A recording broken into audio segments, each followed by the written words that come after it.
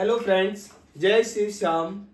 आज की banking awareness की जो क्लास है हमारी बूस्टर सीरीज, ठीक है, कौन सी रहेगी? Booster series. और इस क्लास का जो मेन मोटिव है कि बेसिकली आपका जो स्टैटिक है उसे कमांड करना, ठीक है।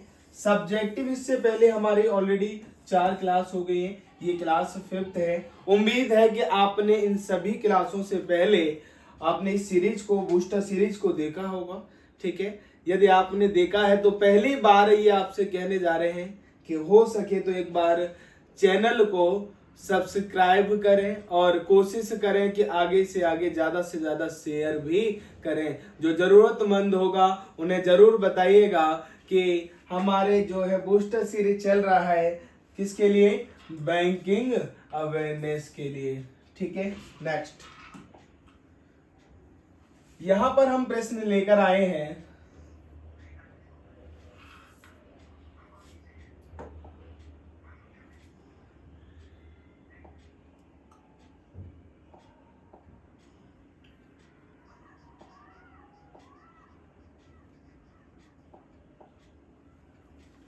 Mudra was initially formed as a wholly owned subsidiary of which bank? मुद्रा के बारे में पूछा जा रहा है आपसे, ठीक है। जब हम मुद्रा की बात करते हैं यानी कि micro unit development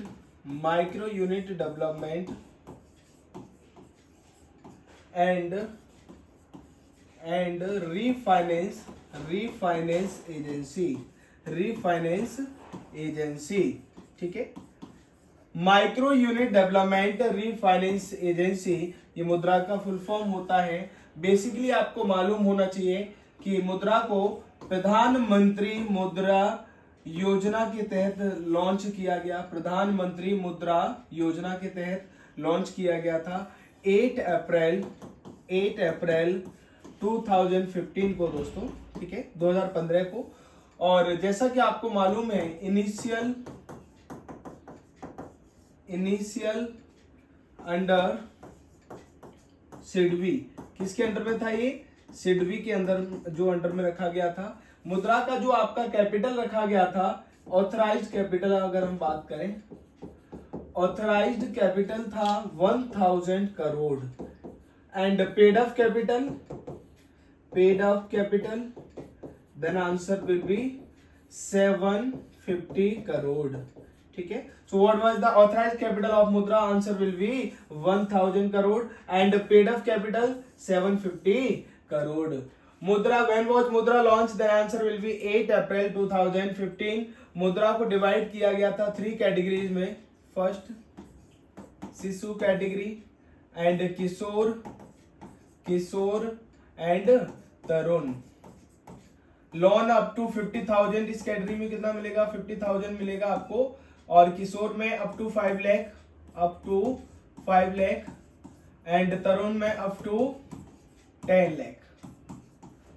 next, the paid up capital of Mudra, ये प्रीवियस ईयर है तो हम बड़े आसानी से अब लगा सकते हैं। पेड अप कैपिटल ऑफ मुद्रा एज, अभी हमने बताया था पेड अप कैपिटल कितना है? 750 crore. 750 crore paid up capital है किसका? Mudra. Which of the following scheme offered by Mudra bank? Which of the following scheme offered by Mudra bank? अभी हमने आपको बताया था शिशु, किशोर और तरुण। आंसर क्या होगा? All of the above. What is the full form of the CGFMU? Credit Guarantee Fund for Micro Unit. Credit Guarantee Fund for Micro Unit. Answer A। Answer क्या होगा? A। ये कह रहा है resident individuals professional with dash of experience in banking and finance will be eligible to set up small bank. देखिए, small bank यहाँ पर कौन कौन खोल सकता है? जो भी रेसिडेंट है, इंडिविजुअल है, प्रोफेशनल है, सोसाइटी, ये सभी एलिजिबल होते हैं किसके लिए? स्मॉल फाइनेंस बैंक के लिए। बट शर्त होनी चाहिए कि भैया इसे कितना एक्सपीरियंस होना चाहिए? आपने कहा 10 ईयर्स। 10 साल इसे क्या होना चाहिए, एनबीएफसी में एक्सपीरियंस होना जरूरी है। किसके लिए, for establish of small finance bank. What is the minimum paid up equity capital for small finance bank. ये पूछ रहा है कि भैया मिनिमम पेड अप इक्विटी कितना होगा। अभी आपको बताया गया था, आप कहोगे 200 करोड़। कितना होगा, 200 करोड़। इसमें पहले 100 करोड़ हुआ करता था दोस्तों। नेक्स्ट,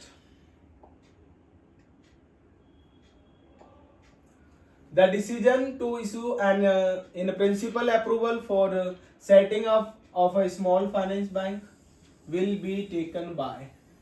ये कह रहा है कि जो डिसीजन है to issue in principle approval for setting up of small finance bank. आप कहोगे कि भैया स्मॉल फाइनेंस बैंक के लिए, यदि आप स्मॉल फाइनेंस बैंक सेटअप करना चाहते हो तो आपको अप्रूवल कहां से लेना होगा स्मॉल फाइनेंस बैंक के लिए। तो आप भाई कहाँ जाओगे, सिंपल सी बात है, आरबीआई के पास जाएंगे। कहाँ जाएंगे हम, RBI. Who approval the small finance bank setup, the answer will B RBI, reserve bank of India.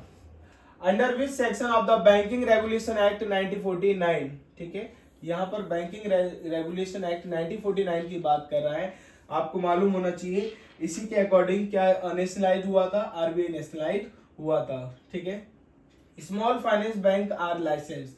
ये पूछ रहा है कि किस एक्ट के अकॉर्डिंग, किस सेक्शन के अकॉर्डिंग स्मॉल फाइनेंस बैंक को लाइसेंस दिया जाता है।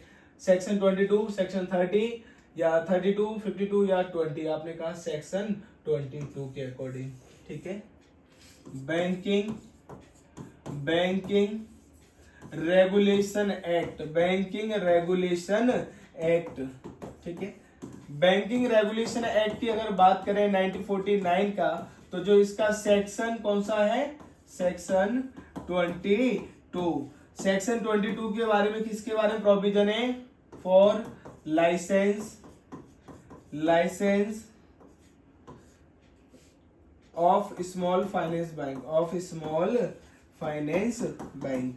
ठीक है, किसमें, section 20। Answer will be first. What is the maximum FDI limit. यहाँ पूछ रहा है कि जो फॉरेन डायरेक्ट इन्वेस्टमेंट होता है, जो लिमिट है is an small finance bank, कितना होना चाहिए, 74% होना चाहिए। जो एफडीआई रहेगा स्मॉल फाइनेंस बैंक में वो कितना रहेगा, फॉरेन डायरेक्ट इन्वेस्टमेंट 74%। तो ये बहुत ही सुंदर, बहुत ही प्यारे प्रश्न है हमारे लिए और यही स्कोर करेंगे। अभी हम बहुत शॉर्ट सीरीज लेकर चल रहे हैं, जैसे जैसे हमारा जो है नॉलेज बूस्टअप करेगा हम आगे और भी एडवांस लेकर आएंगे। बहुत बहुत धन्यवाद। उम्मीद है इस क्लास का भरपूर आपने आनंद उठाया होगा। ठीक है, थैंक यू सो मच।